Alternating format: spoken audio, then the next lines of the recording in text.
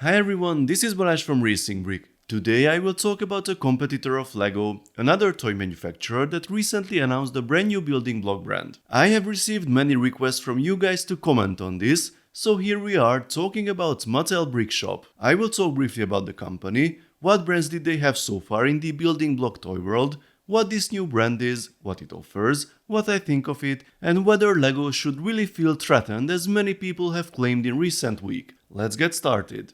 Mattel is the second largest toy manufacturer in the world in terms of revenue, after the LEGO Group of course.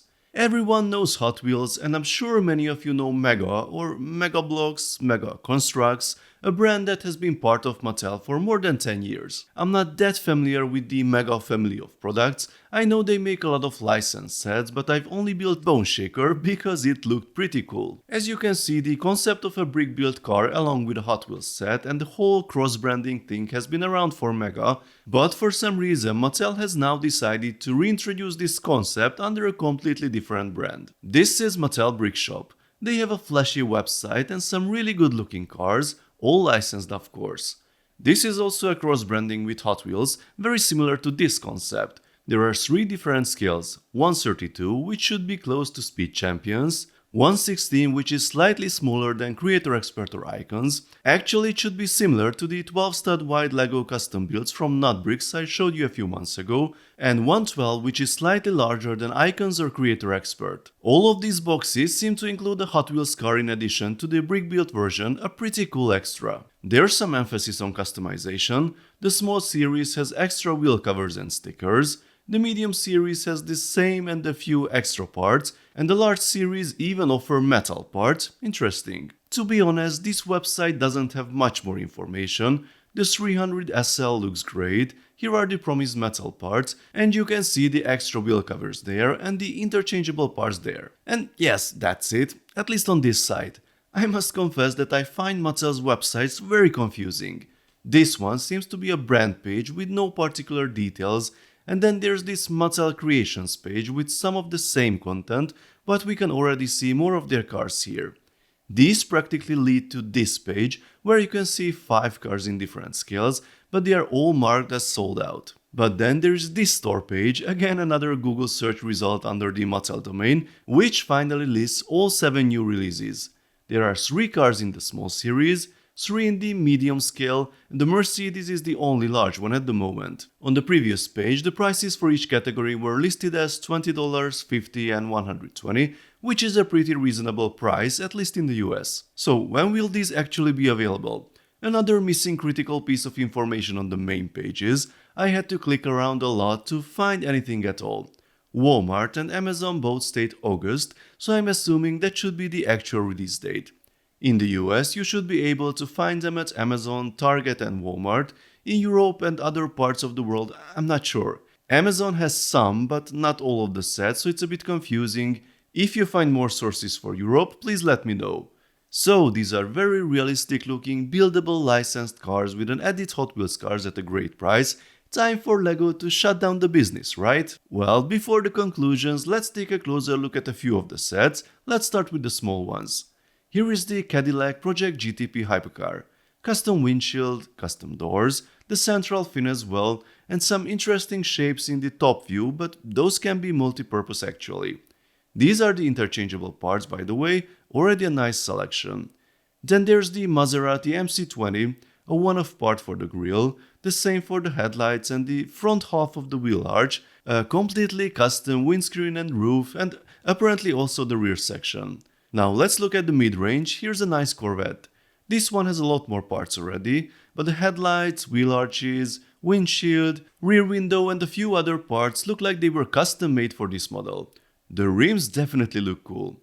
By the way, here's a look at the steering system. Well, there's not much effort in it, but I guess it works. The Chevy pickup probably has more custom parts than non-custom ones, at least on the outside. And now let's take a look at the flagship model.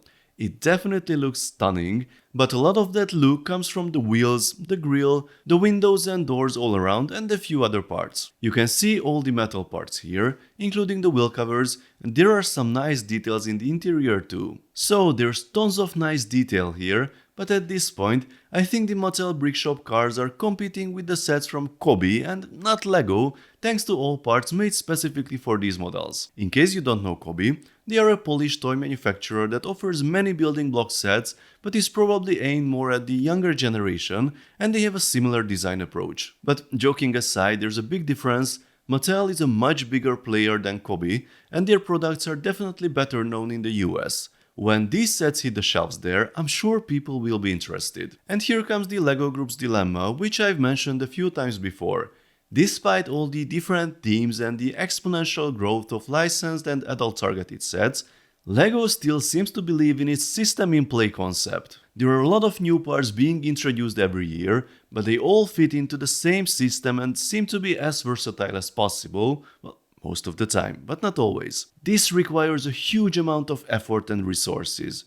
Meanwhile, they are desperately trying to appeal to a new demographic, mainly adults, and so tons of 18+ sets are introduced, all under the Icons label. Some look pretty good and are easy for anyone to build and offer a very simple building experience. Others are the opposite. The building experience and engineering is awesome, but the look isn't as great as it would be if they use specialized parts. And these products clearly have a market, as more and more people in the comments refer to other brands that make nicer products than LEGO. I use the word nicer because I don't think making them look more realistic makes them necessarily superior.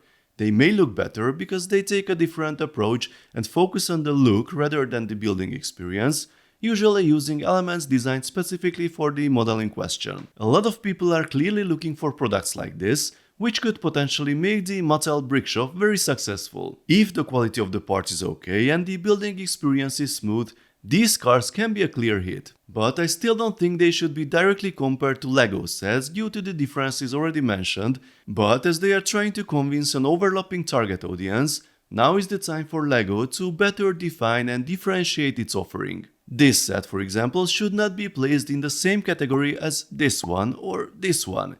They differ in many aspects, and LEGO has no clues or help for casual builders to figure out what to expect when they open the box. The recent release of the shuttle carrier aircraft and the mixed feedback on this set has shown that people judge a LEGO set primarily on looks.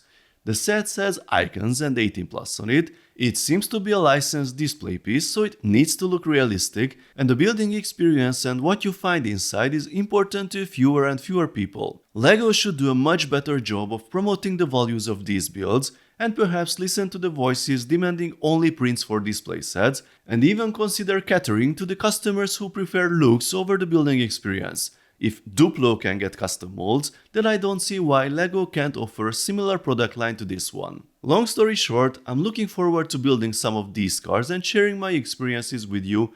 If you have any hints where I can pre-order them in Europe, then please let me know. In the meantime, let me know what you think about the product line. Please share your thoughts in the comment section, but remember to stay respectful. Let's focus on the toys and not each other.